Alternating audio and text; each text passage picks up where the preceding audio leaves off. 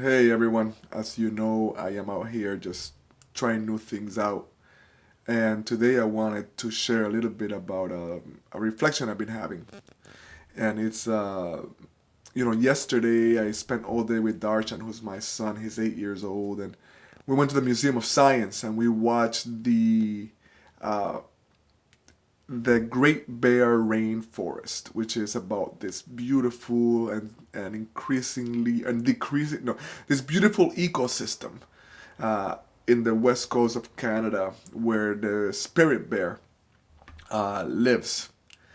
And it was a beautiful, inspiring film, but another one of these many ways in which we're becoming more and more aware of the fragility of the climate and the reality of the climate crisis and the impact that it is having on the planet and therefore on us. And I've also been reading this book. It's called The Overstory. Beautiful, beautiful book. I cannot recommend it more. A book about grief. That's not true. It's a book about trees, but it's a book that makes you grieve. And it makes you grieve for what we are doing to trees, what we are doing to the planet, for the how much we have already decimated the planet from the and depriving it and ourselves of these creatures, these trees that are integral to our survival. It's devastating stuff. It's really hard to witness and deal with. And so what I tend to do, and I think what many of us tend to do, is kind of freak out and tighten up and just look the other way. And I've been thinking about this a lot because obviously that's not what's going to get us there. And so I was trying to deal with what do I do? And I wanted to tell you that I am at a stage in my life, a moment in my life, in which I could not feel more aligned, more on purpose. I am kind of overcome with a sense of love and a sense of joy that is inspiring me and driving me forward and making me really aware of how blessed I am. And so I wanted to say that to say that when we are in these times are not that easy to come by, right? Like we struggle and we try to figure things out, and then suddenly there is an unlocking, and we come to find ourselves, and we become even more of ourselves. And as this is happening, I am overcome with joy and with trust and with a sense of connection to myself, to the planet, to the people around me, to you. Um, and I wanted to contemplate, well, what does it mean to deal with the fact that we're living through the sixth great extinction, even at a time of love, at a time of expansion, at a time of joy. And what I'm coming to is the idea that we are to be able to hold it all, right? And that actually facing the ache, the heartache, facing the truth of the climate crisis, facing the fact of what we're doing, not just with our heads, not just with political rage, but at a spiritual level. You see, we are animals, we're mammals. Our bodies know that something is happening to our ecosystem, to what we need to live. And so my thing is, how can I turn towards that?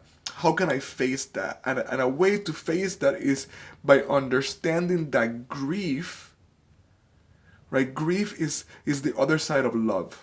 That when you love something, you grieve it. That every single human being on the planet is going to experience grief. That there is reason to grieve right now for what is happening. And that some of us kind of freak out at the possibility of grief. We think that if we face it, we're going to fall apart, like it's too much and it's going to be overwhelming. But the fact is that we wouldn't be here if our ancestors had not overcome impossible loss, if they had not known to face grief. Once you face grief, once you contend with grief, you are able to touch the wisdom on the other side of grief, right?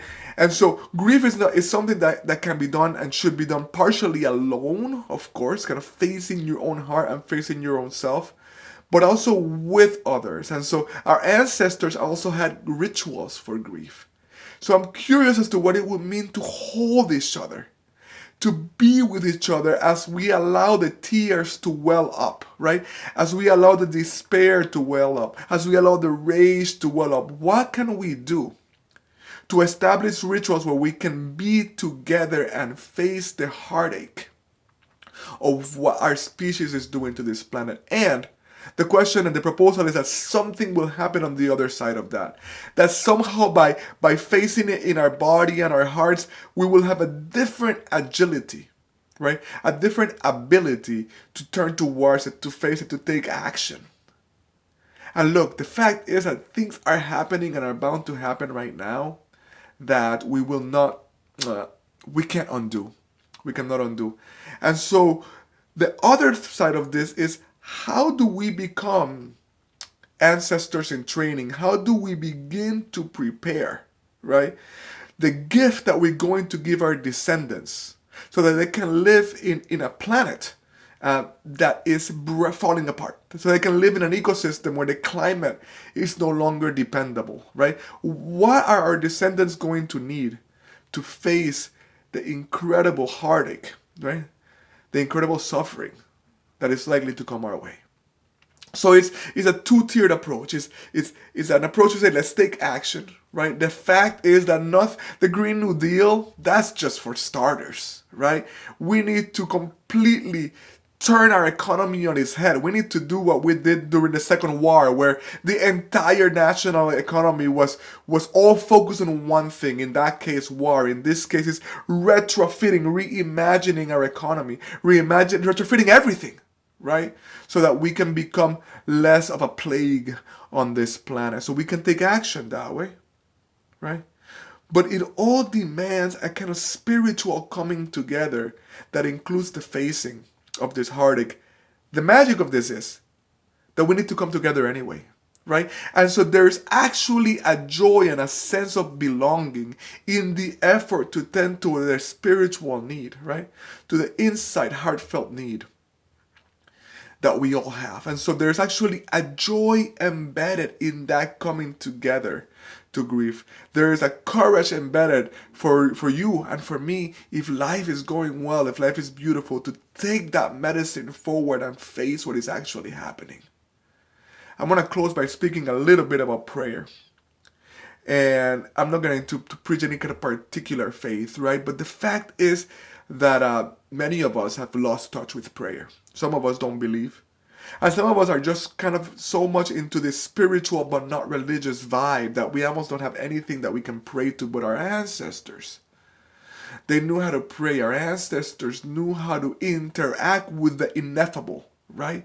They understood that everything was interconnected and that life is itself a miracle that merits our song, it merits our drums, it merits our prayer, it merits our dance, it merits our begging in some cases, right? Our asking for forgiveness, our humbling. And so the invitation here is, right, to remember the ancestors like all people before us have done. To remember them. Right? To remember that we are an answer to their prayer. And to pray with them and along with them. For them, for ourselves, for our descendants. Next time I'll talk a little bit more about prayer. But I wanted to share this reflection. I decided yesterday after watching this movie and realizing that I can't get through this over storybook because it's bringing so much heartache, that what I'm doing right now is, after I meditate in the morning, is I'm sitting and I'm asking the divine, what can I do? How can I show up? How does my life need to change? How can my work be oriented so that I can face what's coming? So I can turn towards what we're doing right now, and so I can help others do the same. Thank you for listening, and thank you for being with me on this journey.